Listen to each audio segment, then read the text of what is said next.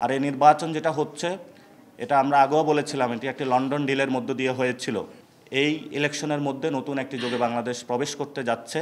নির্বাচন কমিশনের সদিচ্ছা আমরা দেখেছি, সরকারেরও দেখেছি, কিন্তু আইন শৃঙ্খলা এবং সার্বিক পরিস্থিতি বিবেচনায় সরকার এবং নির্বাচনের কমিশনের আমরা দেখতে পাচ্ছি নিরপেক্ষতা এবং সক্ষমতার কিছু অভাব রয়েছে।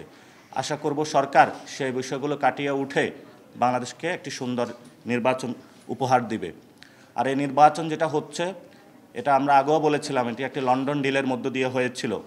এটা যদি দেশে ঘোষণা হতো বাংলাদেশের সকল দলগুলোকে নিয়ে সেটার মধ্যে মানুষের আস্থা এবং বিশ্বাসের জায়গা অনেক বেশি এগিয়ে আসতো।